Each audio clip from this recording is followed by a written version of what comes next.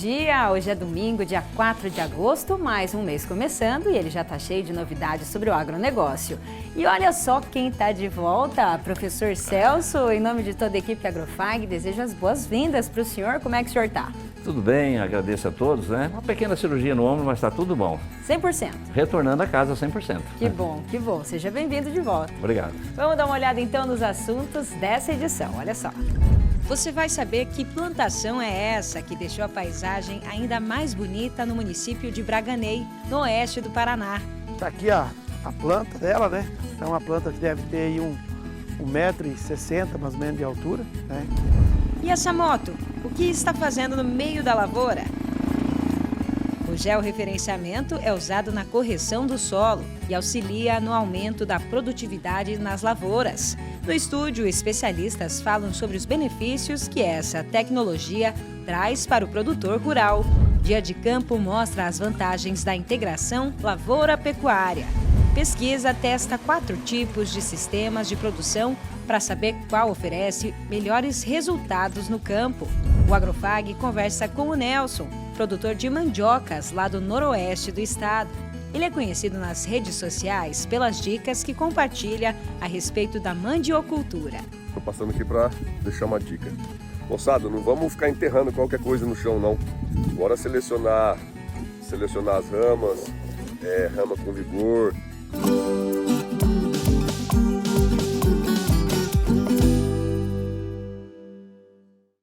Professor Celso, nesses 3 anos de Agrofag, a gente já viu cada imagem, né? Uma mais bonita do que a outra. O agro nos privilegia com isso, né? São cenas lindas, são imagens muito bonitas. É isso mesmo. Um exemplo do que a gente está falando está aqui na tela. Olha só essa lavoura de carinata, que fica aqui na região oeste do Paraná, lá em Braganey, próximo a Cascavel. Olha que campo. Fantástico, né? Chama muita atenção, né? Realmente. O senhor já conhece a carinata, né? Conheço, no show rural desse ano teve a carinata. E lembrando que a carinata é a irmã da canola, né? Que é muito importante. É isso aí, parecida com a canola, né? Com e certeza. A nossa equipe foi até a propriedade do Célio Zielinski, agricultor lá de Braganey, que mostrou pra gente como é o manejo dessa cultura. Olha só. A carinata é uma planta de cobertura que, além de contribuir para a melhoria e correção do solo, é utilizada para a produção de biocombustível para aviação. Aqui na região oeste do Paraná, tem produtor apostando nessa cultura. É o caso do Célio, do município de Braganey, que plantou 125 hectares. Está aqui a planta dela, né? É uma planta que deve ter aí 1,60 m mais ou menos de altura, né? Ela tem uma raiz, né, que aprofunda bem dentro do solo, né? Tem um como bem elevado. Então, assim, além de ela produzir aí e gerar lucratividade, também vai colaborar bastante com a parte de solo aí, né? A vargem dela, para quem conhece a canola, ela é praticamente bem idêntica com a da canola. E esse grão, ele é destinado para combustível de aviação. Então, esse grão aqui hoje ele vai ser exportado, né? Vai para outro país e aí lá vai ser esmagado e vai ser usado para aviação. O produtor adotou uma estratégia de cultivo visando 3 safras ao ano, já que a carinata tem ciclo de 120 a 140 dias. Essa abordagem busca otimizar a produtividade e garantir ganhos financeiros. A cada 3 anos a gente quer fazer 8 safras, tá? Então a gente vai entrar lá com soja, tira o soja, a gente vai implantar o sorgo, tira o sorgo em maio e planta ela. Então, assim, eu acho que é uma alternativa muito boa, né? Olhando esse lado financeiro também, né? Porque hoje a gente, né, o mercado está bem delicado. Então, assim, é uma cultura nova, né? Tem seus benefícios tanto de cobertura, estruturação de solo, recicla alguns nutrientes, né? E aí você ainda tem aí um ganho, né, financeiro, porque é uma cultura que hoje praticamente o custo dela é mais a questão de semente e adubação. As sementes são entregues aos produtores prontas para serem plantadas, o que facilita o manejo da cultura.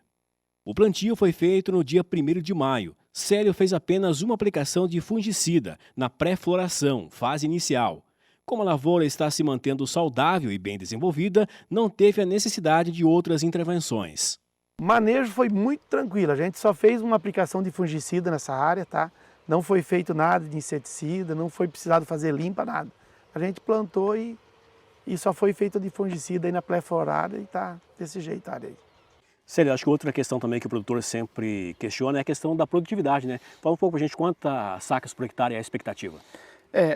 Assim, a gente tem pegado as informações aí, eles falam entre 30 sacos por hectare, né? Que ela produz aí. Mas assim, eu acho que tem potencial até para mais. Mas hoje se produzir de 25 a 30 já é uma boa produção, aí pelo custo que tem de plantio. Como é o primeiro ano que o Célio planta a carinata, a colheita vai ser uma experiência nova. Segundo ele, ela requer alguns cuidados, especialmente devido ao tamanho dos grãos. O ajuste correto da máquina é essencial para evitar perdas.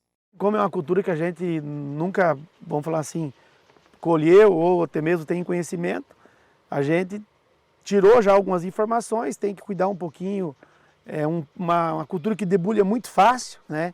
Então tem que cuidar um pouco de vento da máquina, que ela é um grão miúdo, mas eu acredito que hoje, com as colheitadeiras que tem no mercado aí, acredito que seja uma colheita bem tranquila também, não tenha problema nenhum aí.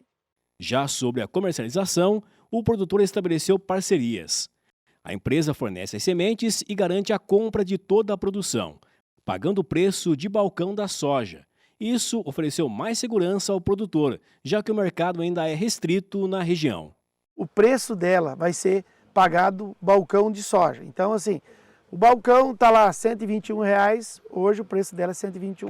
Então, sempre o balcão do soja que vai ser pagado pela saca da carinata. Muito bacana, que legais essas características, né? E curiosidades sobre a carinata. A carinata, ela é da família da canola, né? Da mesma canola que é uma brássica, né? Então precisa ter um certo cuidado. A diferença é que uma tem mais ácido erústico, né? Que ela não é tão bom, e não é bom para a alimentação humana. A canola já serve para a alimentação humana. Mas o importante é que o biodiesel da carinata, ou também da canola, mas vamos fixar na carinata, né? Todo o biodiesel da brássica, dessas brássicas, elas têm um ponto de congelamento muito baixo. Então ela é recomendada para regiões mais frias, não congela. Enquanto que o biodiesel, vamos dizer, da soja, se for para uma região fria, congela, vira um sabão, certo? Então, a exploração básica disso daí seria realmente o biodiesel. Então, é muito bom, porque o biodiesel, nessas condições, principalmente para aviação, né, é muito interessante, né? E outra coisa, a colheita, né? A colheita tem que tomar muito cuidado, porque o que acontece com a colheita? É uma planta deiscente. Quando ela está madura, ela joga fora a sua semente, né? Então, existem alguns sistemas para se colher isso. O mais importante é você se adequar a essa colheita, senão você pode ter uma perca muito grande. Então, o agricultor que está trabalhando isso aí deve conversar com a empresa que está dando a sua orientação e ver como faz a colheita. Se nós compararmos com a canola nós colhemos uma plataforma especial, ela fica enleirada. Depois de 5 dias a 10 dias, você entra recolhendo e batendo, certo? Fazendo a trilha dela. Aí a perca é quase que mínima. Então, esse cuidado, o agricultor que está fazendo aqui a carinata deve ter muito cuidado e procurar uma orientação técnica a respeito disso aí, certo? E o forte da carinata é biodiesel mesmo, tá? Biodiesel para aviação. Aviação. Então, ajustes aí na hora da colheita. Ajuste na hora da colheita, e como ele está bem assessorado, que a gente percebe no VT que ele está bem assessorado, ele deve procurar o máximo de informação para ele ter a mínima perda nessa colheita, certo? Porque é um grãozinho miudinho, é 1000 sementes dá 3 gramas, então ele pode perder muita coisa aí na hora da colheita também, né? Além de você tomar esse cuidado, né, da deiscência, a colheita ajustar bem os maquinários. Muito bem, muito bem. Ficam as dicas aí então do professor Celso. E agora está na hora da gente conversar com os agricultores de todo o Brasil. Vamos lá!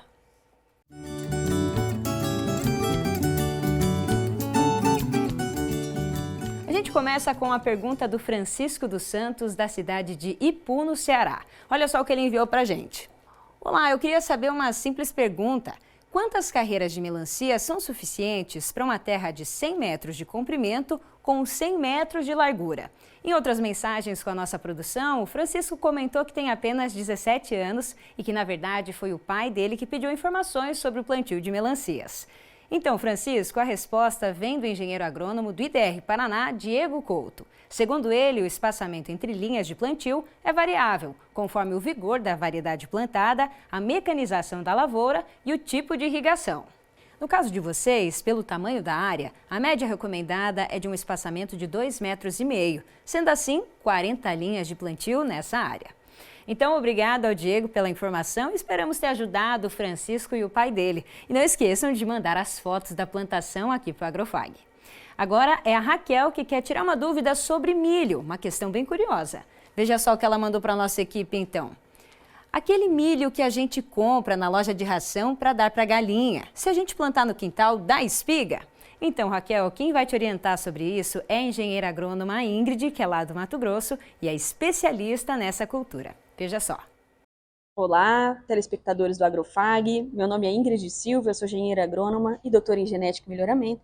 Estou aqui para responder uma pergunta que foi enviada por uma telespectadora lá no canal da Agrofag no YouTube. Ela queria saber se é possível ter espigas se ela semear os grãos que ela compra para a ração das galinhas. Eu diria que é possível, porém improvável. Primeiramente por um impedimento genético e segundo por um impedimento fisiológico, tá?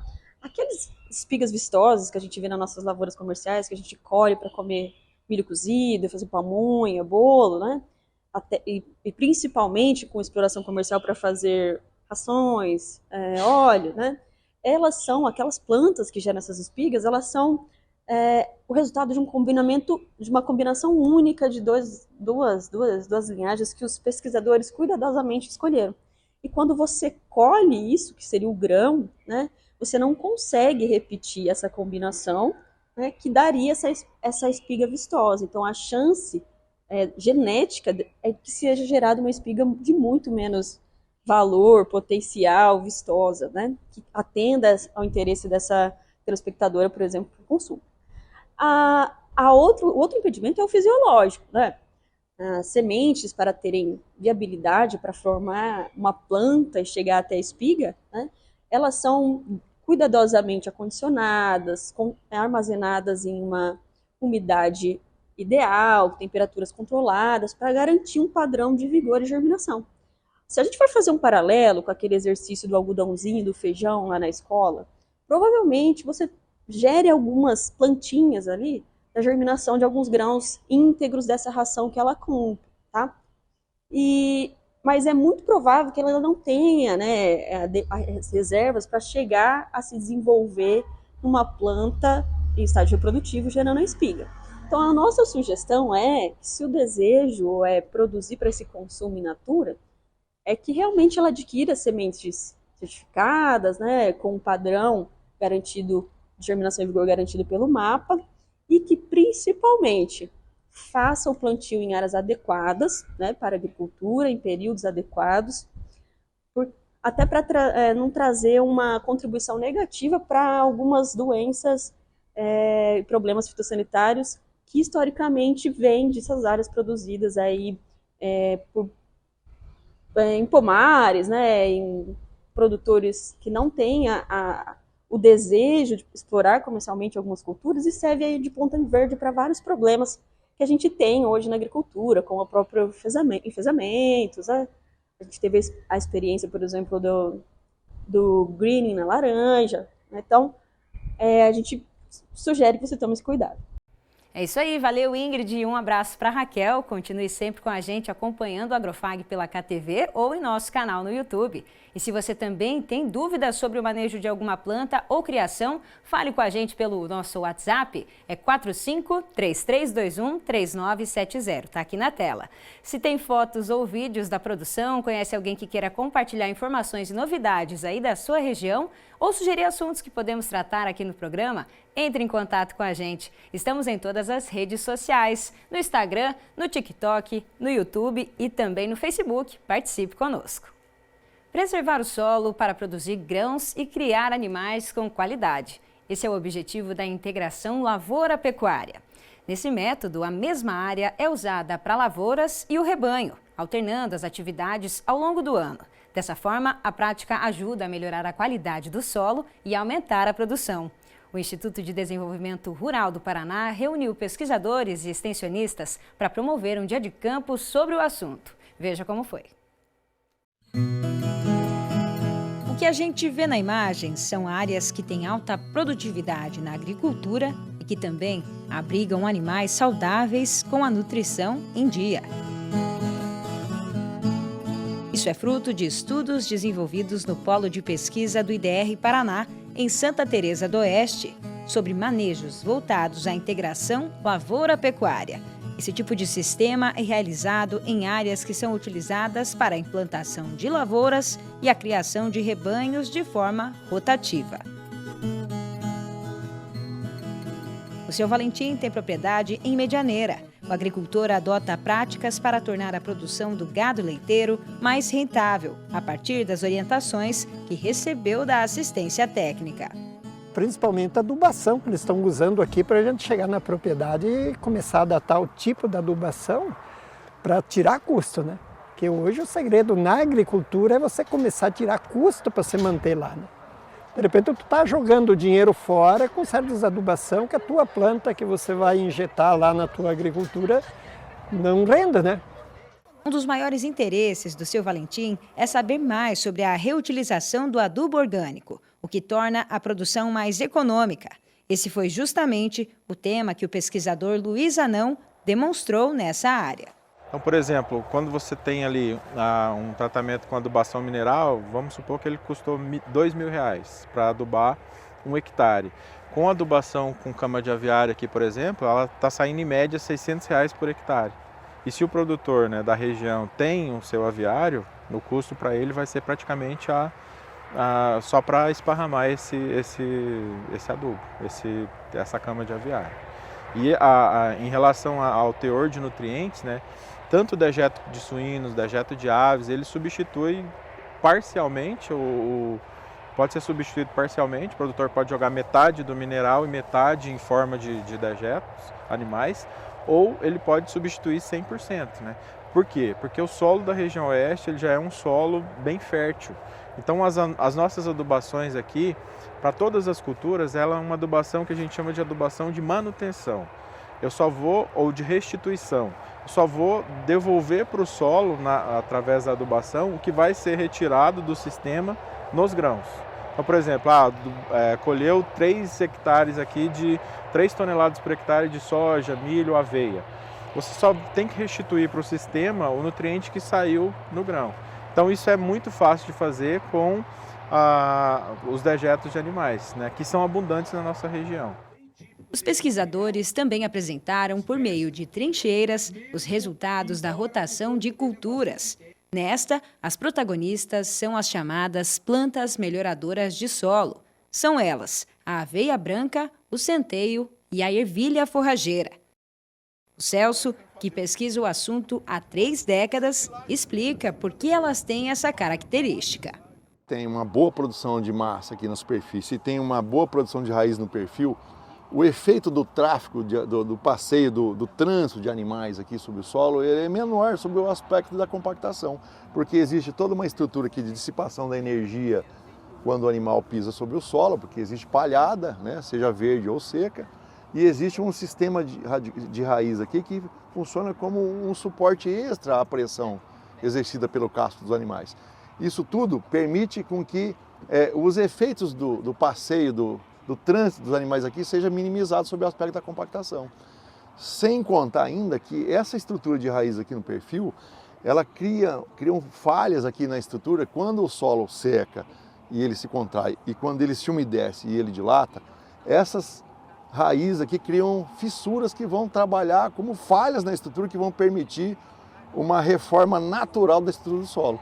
Então são benefícios múltiplos que essas plantas produzem, né, no sistema seja de grãos ou seja de integração, que por isso que nós estamos chamando ela de plantas melhoradoras de solo.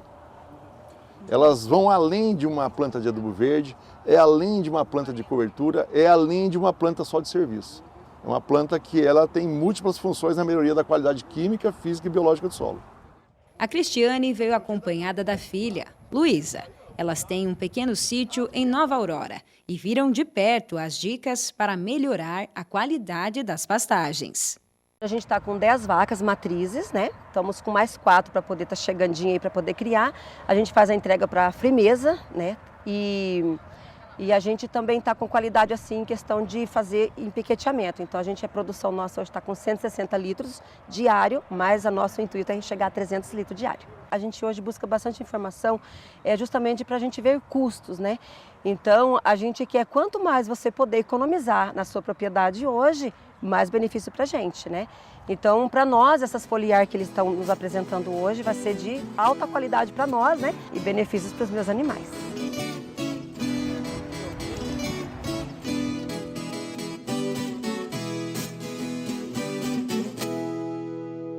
Importantes essas técnicas, então, né, da integração lavoura-pecuária. José Antonella, é muito importante a gente essa maneira de trabalhar entre a agricultura e a pecuária, né? E é muito importante esse trabalho do IDR aqui em Santa Teresa. Ele vem mostrando os caminhos que os agricultores pecuaristas devem tomar para melhorar a sua terra, certo? Para estruturar seu solo e como retornar isso em produtividade. E cada ano que passa, mais e mais vezes, eles estão trazendo novidades para os agricultores aqui da região. É isso aí, com certeza. E a região noroeste do Paraná é uma das maiores produtoras de mandioca do Brasil. E é de lá que vem o nosso personagem de hoje, o produtor Nelson de Paula Neto. Ele tem uma propriedade em Rondon, onde planta 180 hectares de mandioca para a indústria. Além disso, o Nelson produz conteúdos para as redes sociais, sempre compartilhando informações sobre o cultivo e o manejo da plantação. A conta no Instagram, rede social que permite o compartilhamento de imagens e vídeos de curta duração, já tem 25 mil seguidores e se chama Fazenda Rosimara. Meus parceiros, bom dia, bom dia. O Nelson é quem produz os conteúdos que são publicados. Que variedade que é, João? É C90. Quanto tempo? 1 ano e 2 meses. No perfil, ele deixa bem claro do que se trata. Aqui, você acompanha o dia a dia na mandiocultura. Estou passando aqui para deixar uma dica. Moçada, não vamos ficar enterrando qualquer coisa no chão, não.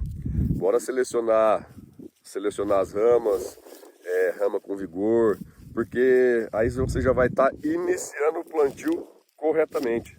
Os vídeos atingem milhares de visualizações e a interação com produtores de mandioca de todo o Brasil acontece através dos comentários, que o Nelson faz questão de responder um a um.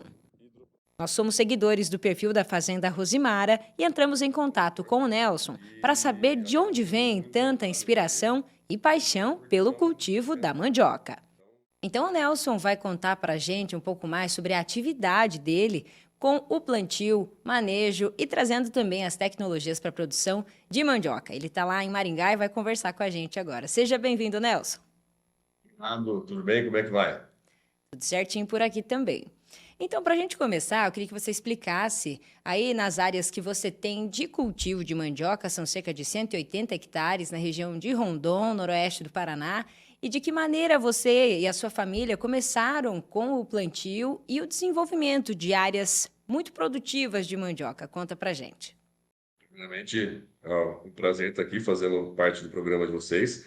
E, bom, a história, vou tentar resumir o mais breve possível. Eu sou quarta geração trabalhando dentro da propriedade. O meu bisavô veio da Europa e trabalhou de funcionário na fazenda de alguns produtores e no desenrolar do tempo ele acabou comprando essa propriedade, foi adquirindo mais terras. Depois da geada de 75, acabou-se o café, começou com pecuária e até então continuamos com o ramo da pecuária e um pouco de cana-de-açúcar. De 8 anos para cá, nós arrendamos uma área pequena de mandioca para um produtor e acabou sendo muito rentável para ele. E a gente falou, por que não tentar? Então, de 8 anos para cá, é esse tempo que a gente está aprendendo bastante o manejo da mandiocultura. E eu e meu pai, a gente trabalha nessa área. Então, a gente troca bastante conhecimento, a gente está na luta ali junto, a gente está na roça junto, sempre tentando trazer mais produtividade. Eu queria que você compartilhasse, para quem ainda não conhece a sua produção, qual é o tipo da mandioca que vocês cultivam lá? É mandioca industrial ou de mesa? E quais são hoje as técnicas que você mais consegue desenvolver e compartilhar conhecimento? Conta pra gente esse contexto. Nós trabalhamos com mandioca para a indústria. Eu já trabalhei um pouco tempo com mandioca para mesa, mas o nosso forte mesmo é mandioca para a indústria. onde é extraído fécula da mandioca, farinha da mandioca, né? Polvilho azedo, polvilho doce, onde fazemos sagu, tapioca, enfim. Começamos com o manejo convencional, como acho que a maioria dos produtores do Brasil trabalham com esse manejo, mas de alguns anos para cá, a gente vem acompanhando o trabalho de alguns produtores e pesquisadores, trazendo algumas tecnologias novas que estão agregando muita produtividade, né? Uma delas começou com o tratamento das manivas e via suco de plantio, onde a gente consegue trabalhar com produtos que vão estimular o enraizamento da mandioca, vão estar trabalhando com multiplicação de alguns biológicos que a gente já posiciona na mandiocultura também, controlando a questão de nematóides, dando mais sanidade para a planta, isso tudo acarretando no final da lavoura em produtividade. Então, entre outros manejos que a gente pode estar posicionando na roça também, né? Como a rotação de cultura, que é extremamente importante para a mandiocultura, o plantio direto, que a cada ano cresce mais, a minha própria mecanização da cultura está evoluindo muito. Então, a mandiocultura ela deixou de ser aquela cultura onde o pessoal de alguns anos atrás não corrigia o solo, não usava um adubo, porque diziam que a mandioca produzia sem isso, né? Que a mandioca era uma cultura rústica. Mas eu gosto de dizer que a mandioca é uma planta, como qualquer outra, e ela responde muito em tudo que você posiciona no seu manejo, né? Então, a gente trazendo um manejo bacana, investindo nas medidas certas, com certeza a planta vai responder com produtividade bacana. Muito legal. A gente tem, inclusive, um vídeo para mostrar isso na prática. Eu queria até que você assistisse com a gente e comentasse em seguida em relação a essa boa produtividade. Vamos assistir. Legal, essa aí foi uma área que a gente escolheu no começo do ano. Acho que foi uma área onde a gente fez um manejo bem completo, foi tirada com 1 ano e 3 meses, desde da correção do solo, tratamento das manivas, tratamento de açúcar de plantio, uma adubação de linha bem pesada, conforme a própria análise de solo pedia. Essa área aí, se eu não me engano, ela deu em média 94 toneladas por alqueire com 1 ano e 3 meses. Foi muito bacana a produtividade dessa área aí. Você também hoje conta, então, com essa equipe técnica que te auxilia lá na propriedade, né? A sua equipe de trabalho. E hoje vocês realizam um dia de campo, trazem esses conteúdos, compartilhando dicas. Eu queria que você dissesse aqui pra gente também hoje o que você acha que é mais importante do produtor de mandioca, independente da região, se atentar para que ele tenha melhores produtividades aí. Bom, nós fazemos dia de campo, fizemos o 3º dia de campo esse ano. Graças às parcerias, às empresas parceiras, às instituições parceiras também, a gente consegue trazer gente do Brasil todo e trazer bastante tecnologia, bastante novidade, tanto em palestras teóricas quanto em demonstrações práticas. Então, o produtor ele consegue adquirir conhecimento tanto teórico quanto ver ali em loco algumas máquinas trabalhando, algum tipo de manejo diferente. E, bom, dizer o que para o produtor? É o que eu digo. É o que eu penso, na verdade, né? Porque eu sou um produtor, sempre estou atento às novidades, sempre atento à tecnologia. E a questão de manejo é aquilo que a gente sempre conversa, sempre fazer o trabalho de casa certinho, fazer uma boa correção de solo, uma boa adubação de linha, adubação de cobertura, sempre escolher o material desenvolvido para a sua região. Eu acho que é isso, se você fizer o trabalho de casa bem feito, estudar e ir atrás de novidades sempre, você já vai estar no fluxo, vai estar acompanhando as altas produtividades, o que tem de novo aí no mercado. Ficar atento às novidades e ligado na pesquisa também, né? Nelson, Com certeza. obrigada pela sua participação aqui com a gente, parabéns pelo trabalho, até uma próxima. Eu que agradeço, foi uma satisfação, podem contar comigo, que a gente puder sempre estar agregando e aprendendo junto, pode contar com a gente, vamos estar sempre presente. Muito bacana o trabalho do Nelson, né? Ele compartilha conteúdos nas redes sociais e é realmente um exemplo que pode ser seguido. Vamos ver agora como fecharam os preços no mercado agrícola dessa semana. A saca da soja em Cascavel, R$ 123,00. A saca do milho, R$ 50,00. E a saca do trigo, R$ 78,50. No próximo bloco, vamos falar sobre como a tecnologia está auxiliando na correção do solo. É a agricultura inteligente ou de precisão? No estúdio, especialistas falam sobre o georreferenciamento e a economia que ele pode trazer para o produtor. É daqui a pouco.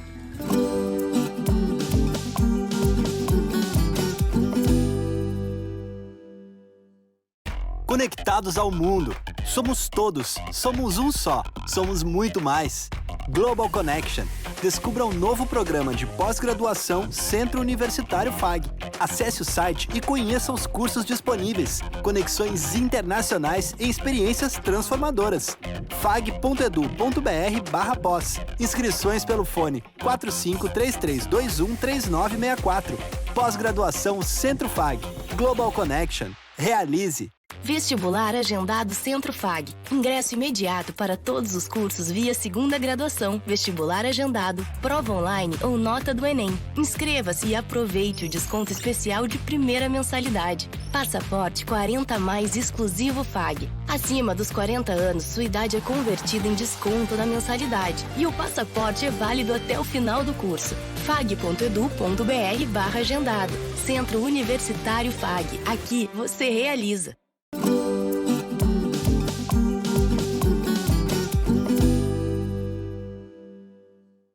Estamos de volta.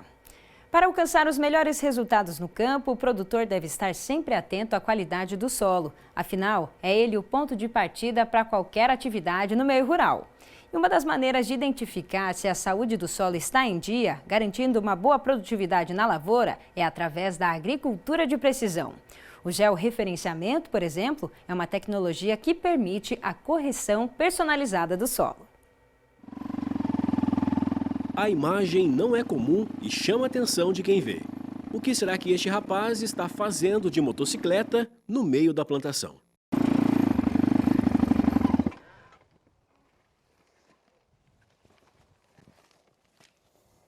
Esse que é o último.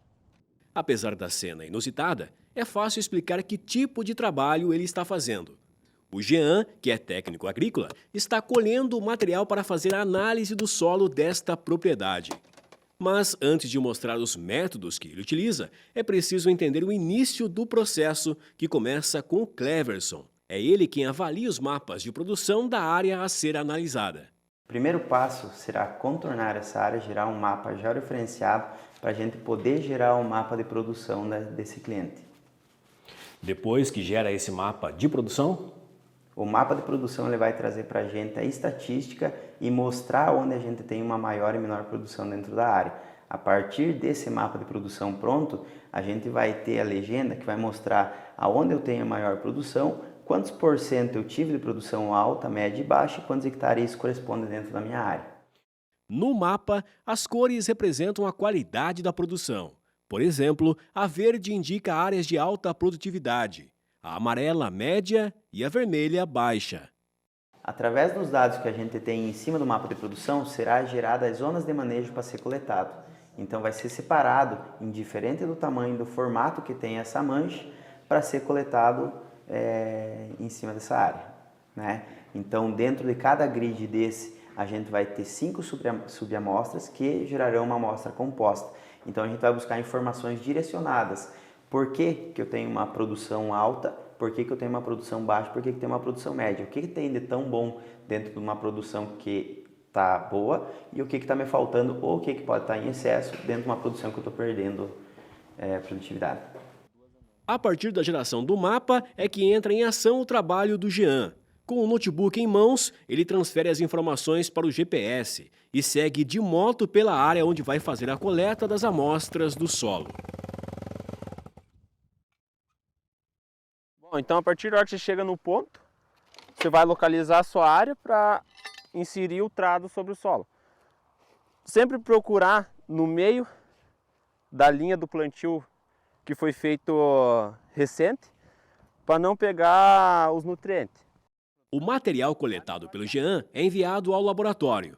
A análise e as leituras sobre a quantidade de cálcio, magnésio, fósforo e potássio são avaliadas pelo Cleverson, que começa a elaborar um novo mapa, agora de aplicação dos produtos que vão ajudar a corrigir as deficiências do solo. Aí a gente vai gerar recomendação, levando em consideração níveis de nutriente, né, para cada tipo de solo, para cada tipo de argila e matéria orgânica, utilizando o equilíbrio de nutriente, a lei do mínimo, e aí sim vai ser gerados os mapas de aplicação em cima de cada necessidade para cada mancha. a vantagem de gerar esse mapa específico de acordo com cada área?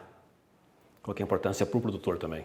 A importância é saber exatamente onde ele está gastando um dinheiro em excesso e é onde ele poderia estar ajustando esses gastos, trazendo mais benefício. A forma de aplicação, como que é feita? Hoje a gente tem várias formas de aplicação. Normalmente calcário é feito a lanço, né? A gente tem vários equipamentos que conseguem fazer superficial.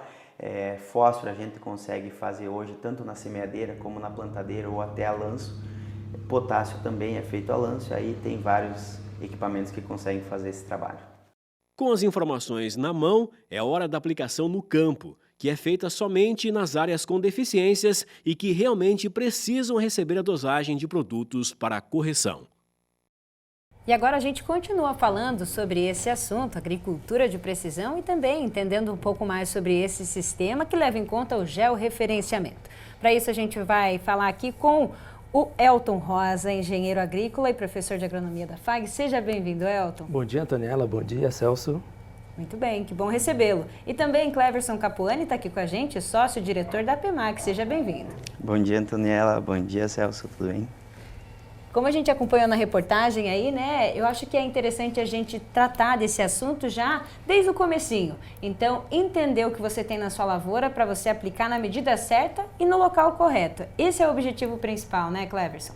Isso, esse é o objetivo principal. A gente saber exatamente onde a gente tem essas manchas produtivas, a gente buscar informação direcionada, sabendo exatamente o que a gente tem para poder gastar certo dentro da lavoura. Eu comecei falando aqui sobre o sistema que está dentro da agricultura de precisão. Esse já é um termo que a gente tem há tempos, né, Elton? E que contribui com o agricultor e que nesse sistema ele vai levar em conta, então, o georreferenciamento. Como o produtor tem utilizado desse sistema? Desde a década de 90, né, os agricultores no Brasil estão sendo introduzidos aí, né, pelos conceitos de agricultura de precisão, principalmente por pesquisadores que foram nos Estados Unidos estudar e trouxeram, né, aqui essa tecnologia. Então, cada vez mais estão sendo inseridas novas ideias, né, como o Cleverson comenta, né, da questão de tentar georreferenciar as manchas da lavoura, né, com o objetivo de fazer as correções posteriores. Então, nesse caso, ao longo do tempo, né, foi ocorrendo alguns avanços, né, que começou com a ideia de gerar grids, né, de amostras espaçadas em espaçamentos ali de 1 ponto a cada 3 hectares, depois 1 a cada 2, daí ficando 1 ponto por hectare. E até hoje em dia, né, a ideia de tentar pegar e verificar as manchas previamente antes de fazer as coletas. Que é mais ou menos a ideia que o Cleverson, né, vem aqui comentar aqui com a gente também. E nesse caso, para a gente traduzir ainda mais, essas manchas, então, são áreas produtivas, é isso, para fazer essas amostragens que vão levar em conta, então, a análise desse solo. Conta para a gente, Cleverson. Exatamente, Antoniela. O agricultor hoje ele sabe onde ele produz mais e menos dentro dessa lavoura. Normalmente, esses pontos de produção alta estão sempre no mesmo lugar. Então, a gente consegue georreferenciar elas através de um software que foi criado lá em 99 e ainda hoje é usado, sabendo exatamente onde a gente tem as produções maiores e menores dentro da lavoura, né? Como é feito isso? A gente pega uma imagem de satélite, georreferencia a área antes mesmo de poder gerar esse mapa, né, através de GPS. A gente vai georreferenciar essa área, pegar a data de colheita e a cultura que está estabelecida em cima dessa área e assim a gente vai conseguir pegar uma imagem de satélite com infravermelho e dentro desse infravermelho a gente vai conseguir tirar fatores como lignina, umidade, proteína e vários outros que influenciam na produtividade, sobrando o mapa areal de produção da APEMAC. Cleverson, pela história que a gente conhece, as primeiras notações desses manchas de solo veio com as coletadeiras aí, né, que mediam os espaços, né? Colheu mais, certo, colheu menos. Aí o agricultor achou que tinha resolvido o problema, né? As coletadeiras, na verdade, essas coletadeiras que mediam essas manchas, na verdade, vieram auxiliar a desenvolvimento de software, como vocês têm aí, né? Exatamente. Esse foi o primeiro passo, vamos dizer, do georreferenciamento. Exatamente. Lá atrás, quando a gente estava desenvolvendo esse software, a gente contou com o auxílio dessas coletadeiras para poder ir criando parâmetros para cada cultura. Então, esses softwares ajudaram muito a gente a chegar onde a gente está hoje. Quando começou isso, já fazem muitos anos, eu acho que o Mato Grosso começou muito antes que nós, né, professor Elton? a criar e usar essas coletadeiras que essas hoje... medições, né? Essas medições que hoje está chegando para a gente. Ainda tem muito agricultor que tem esses equipamentos e acabam não usando, eu acho, né, professor? Igual comentado, na verdade, assim, a utilização tanto de máquinas, né, claro, elas são bem-vindas, assim como imagens de satélite, comentado aqui pelo Cleverson, né, mas todas de uma maneira consciente, né, por exemplo, as máquinas, se não forem calibradas, de nada vai adiantar, né, ter um resultado final sem condizer com o que a realidade acontece. Então, eu vejo que alguns dos empecilhos que ocorrem aí, que o agricultor acaba comprando a máquina, mas às vezes na correria, né, no atropelo, de ter que colher, às vezes, em um momento que vai chover, eu tenho que colher rápido, ou eu vou ter uma janela curta, né, para fazer a outra semeadura, ele acaba se atropelando e não faz as calibrações para cada talhão como deveria. Então, ele não consegue, né, ele tem uma máquina cara, né, que gasta talvez milhões, mas ele não consegue extrair o dado para ter ali a ideia de criar, gerar um dado que vai servir como uma base de coleta para ele, né? E também, né, você, com esse avanço, né, novas máquinas, uma nova maneira de analisar o solo, ver o grid do solo, né, também foi evoluindo, né, Elton? Então você tem hoje maneiras diferentes de você visualizar o solo, né, o que tem de errado ou não, né? Isso, então tem vários sensores, né, a agricultura digital, né, como é bastante falado aí pela mídia, né, ela está sendo bastante inserida, então aplicativos, cada dia que passa novos, né, eles estão sendo integrados, né, então claro que o agricultor tem, né, várias ferramentas que podem auxiliá-lo, né, mas de qualquer forma, se ele não conseguir pegar e analisar essas manchas, né, esses dados aí, ele não vai conseguir gerar uma informação que vai ser produtiva para ele. Ô Cleverson, eu sou um leigo, tá? Eu sou um agricultor leigo. Você vai lá e vai vender o georreferenciamento para mim. O que você consegue explicar? Porque é meio abstrato isso daí, né? Você vai fazer. Como você consegue transferir isso para o agricultor, que o agricultor vai confiar no que você está falando? Certo. Muitas vezes que a gente chega na casa do agricultor para poder apresentar esse novo trabalho, a gente fala de um mapa de produção real, né? Então essa é uma parte que eu volto a falar, a maioria dos agricultores hoje ele conhece a propriedade, ele sabe exatamente onde ele produz mais e menos. A APIMAX está aqui para auxiliar ele a descobrir o que tem de tão bom dentro desses pontos. Então, através desse mapa de produção que nós conseguimos criar, né, em cima de softwares que foram desenvolvidos pela APIMAX, a gente vai georreferenciar essa área e dentro dessa área, essas manchas que vão aparecer vão ser separadas, indiferente do tamanho do formato que ela tenha. Né? Então a gente não usa mais grid quadrado e muito menos interpolação de dados. Então a gente vai pegar lá uma mancha que produz bem, buscar informação direcionada dentro dessa mancha, coletando estratificado o nosso solo, né? Buscando informação tanto do que eu tenho na superfície, do que eu tenho embaixo, e trazendo um resultado e uma recomendação assertiva para o cliente, buscando informação direcionada. O que eu tenho de tão bom naquele ponto e o que eu posso estar perdendo de produção, talvez por excesso nesse outro que eu tenho uma produção baixa. Né? Então, é mais ou menos assim que a gente trabalha. Elton, normalmente o agricultor trabalha com uma média. A média é meio burra, né? Ele já sabe o lugar que não produz, né? Isso, igual comentado pelo Cleverson, né? Geralmente ele conhece, né, na ponta, né, ali da língua dele, sabe onde que ele produz mais ou menos, né? Mas, de qualquer forma, ele vai ter que ter ali um auxílio para conseguir ir nesses locais e conseguir ter uma análise um pouco mais técnica, científica, né, para ele conseguir posteriormente, né, gerar ali um produto, né, que seja um mapa, para ele conseguir direcionar, né, essa amostragem de uma forma um pouco mais correta. Igual comentado ali anteriormente, o problema do grid, né, convencional, que veio lá do início da agricultura de precisão, seria que, no caso, os pontos eram espaçados a uma distância de 100 metros, por exemplo. Né?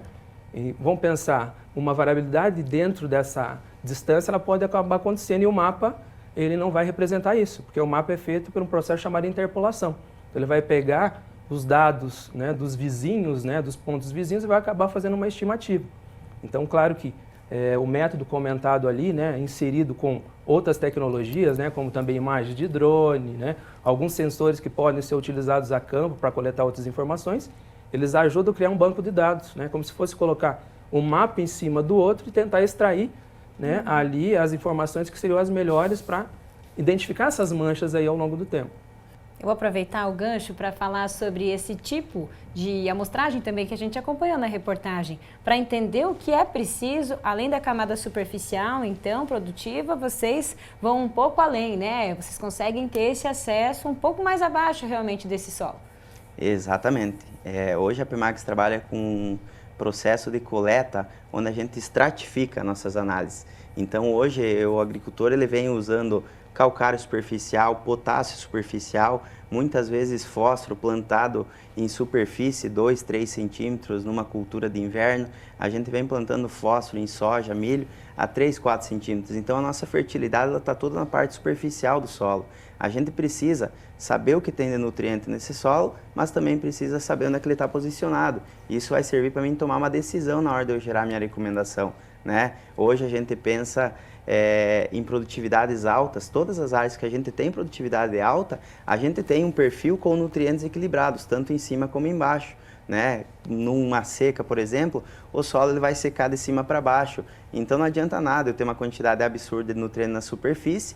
Quando eu vou secando, a minha planta, ela bebe, ela não come, então eu preciso de umidade para que ela consiga absorver esses nutrientes. Se o nutriente está todo na superfície, mesmo eu tendo raiz em profundidade, eu vou perder produtividade da mesma forma. Então eu preciso equilibrar tanto a quantidade de nutriente, como trazer ele na mesma quantidade em perfil. Elton, isso daí é uma cultura que tem que ser colocada ao longo do tempo, né? Não de resultado imediato, né? E o agricultor talvez vá conseguir visualizar isso quando tiver um ano muito chuvoso ou um ano muito seco, né? Então, estabelecer essa cultura para o agricultor, como é que está? Essa cultura de firme mesmo de usar a ferramenta para a produtividade. Entendi. Igual ele comentou, na verdade, vai ser uma personalização. Então, cada área vai ter um certo potencial, uma certa limitação. Então, no caso, os agricultores eles têm que cada vez mais pensar a longo prazo, né? Como já é citado por muitos, né? O agricultor é bastante imediatista, então ele quer uma resposta para a próxima safra já. E nem sempre essa resposta vai vir da mesma forma. Então, muito provavelmente, uma área específica ela vai ter uma resposta mais rápida, a outra vai ser uma resposta um pouco mais lenta, né? E claro que outros fatores, né, outras variáveis vão acabar interferindo no resultado final. Então, de nada adianta o Cleverson, né, fazer ali as amostragens, fazer as correções, né, por exemplo, se outros fatores não forem levados em consideração, desde qualidade da semente, respeitar a umidade da semeadura, velocidade na hora que vai fazer, os próprios tratos culturais aí posteriores, né? Então, uma junção. Uma outra situação que eu vejo bastante aí que os agricultores estão inserindo é a utilização de coberturas, né, rotação de culturas, né, tudo isso tentando melhorar o solo a longo prazo, né? Então, ele já está, nos últimos tempos, não sendo tão imediatista, né? A gente vê aí pelos alunos, produtores, né, que eles já estão mudando essa mentalidade. Muito bem. Cleverson e Elton, obrigada pela participação de vocês aqui no Agrofag. E a gente agradece, né? Parabéns aí pelo trabalho. Até uma próxima oportunidade. Agradeço. Obrigado. Vamos agora acompanhar como fica a previsão do tempo para os próximos dias aqui na nossa região. A presença de uma massa de ar seco sobre o Paraná faz com que os dias nesse início de agosto sejam estáveis e mais quentes. Hoje em Cascavel, vemos na prática. As temperaturas seguem entre 20 a 26 graus e o sol prevalece. Amanhã, a concentração de nuvens se intensifica e pancadas rápidas de chuva podem ocorrer. Termômetros ficam dos 19 aos 27 graus. Terça, condição de tempo firme, variação dos 20 aos 28 graus. E na quarta, tem chance de chuva. O volume deve ser baixo na cidade. A mínima é de 18 e a máxima é de 27 graus aqui em Cascavel. Em relação à Guaíra, o domingo será ensolarado com mínima de 20 e máxima de 29 graus. Nessa segunda e na terça, o tempo segue firme com mínimas de 21 e de 20 graus. Na quarta, deve chover de forma breve. O destaque é para a alta temperatura que pode chegar aos 33, mas na quinta, volta a ficar fresco. Já na Tríplice Fronteira, o domingo pode contar com pancadas de chuva isoladas. A mínima hoje é de 21 e a máxima é de 26 graus. Amanhã o tempo segue com nebulosidade e pancadas de chuva não são descartadas. Os termômetros variam dos 19 aos 27 graus. Na terça e na quarta, o tempo continua quente. Mas quarta-feira, pancadas de chuva devem ser registradas em Foz, favorecendo assim a queda das temperaturas na quinta-feira. Depois do intervalo, pesquisa sobre sistemas de produção, testa 4 tipos de manejo para saber qual oferece melhores resultados na colheita. É já já.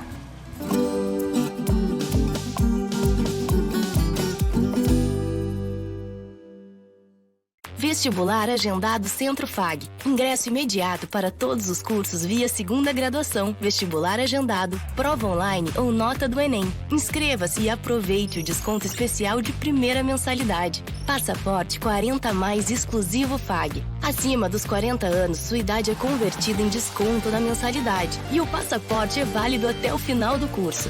fag.edu.br/agendado. Centro Universitário FAG. Aqui você realiza.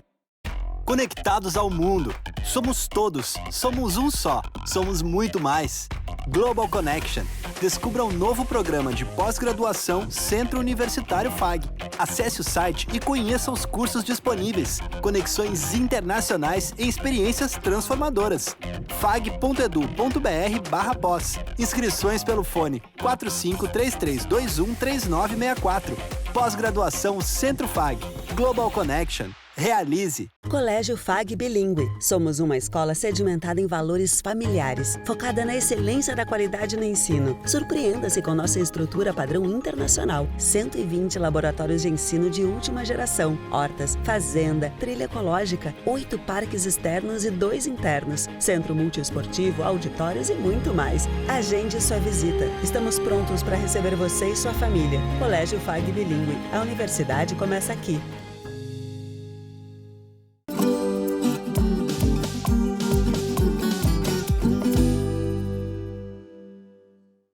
A Fazenda Escola do Centro FAG é uma área que pode ser considerada um imenso laboratório a céu aberto. Nela, várias empresas realizam experimentos que buscam melhorar a qualidade e a produtividade das lavouras da nossa região. Uma dessas pesquisas é desenvolvida pela Pioneer, que estuda 4 sistemas de produção. Nós fomos até a área acompanhar parte desse trabalho. Veja só. A pesquisa da Pioneer teve início em 2023 e vai se estender até 2030. Os agrônomos estudam 4 sistemas de produção.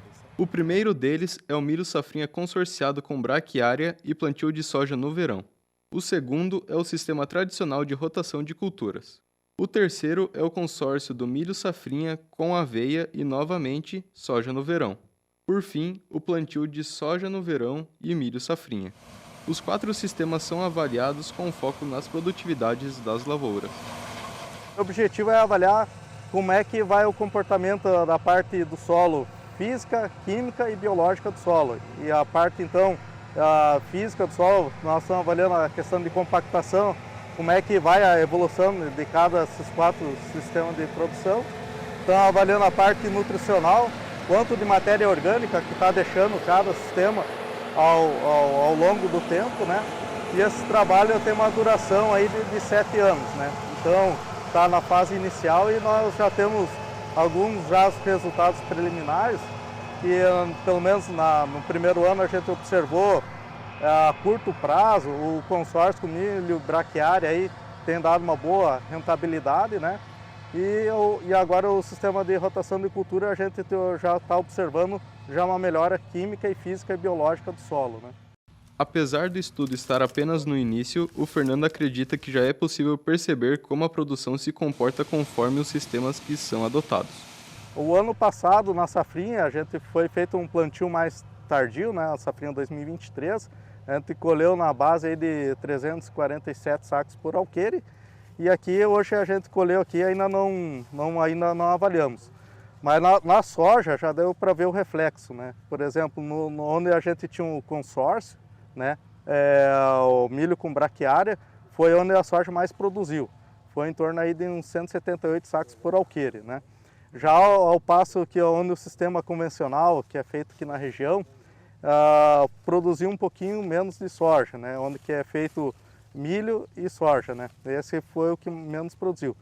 E então a gente está aqui, a gente vai estar tabulando e consolidando, né? Agora os resultados da safrinha, né?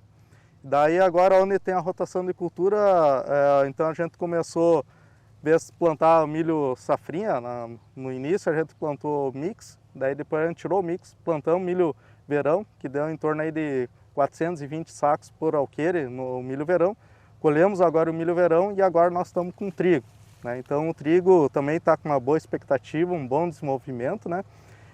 Daqui aproximadamente 20, 30 dias, 30 dias aproximadamente vão estar colhendo, vão ter o resultado do trigo, né?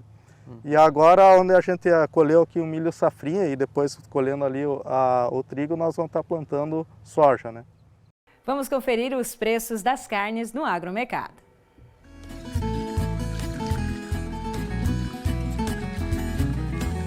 A arroba do boi gordo em Cascavel, R$ 225. O quilo do suíno, R$ 6,10. E o quilo do frango, R$ 3,99. Chegou o momento da gente conferir as nossas indicações aqui das redes sociais e também mostrar algumas fotos que vocês enviaram para a nossa equipe. Vamos começar já com uma foto que foi enviada pela Cristiane Bertoli, lá de Brusque, em Santa Catarina. Olha só, mostrando uma planta que a gente já trouxe aqui no programa, banana rosa, chamada Musa velutina. Interessante, né? E o que ela comentou também pra gente, que algumas dessas frutas ela deixa apenas, né, como uma decoração. A partir do cacho dessas bananas que são bem bonitas, ela não usa tanto para alimentação e sim para fazer arranjos. Muito bonito mesmo, chama a atenção, né? E é bonita. Isso aí.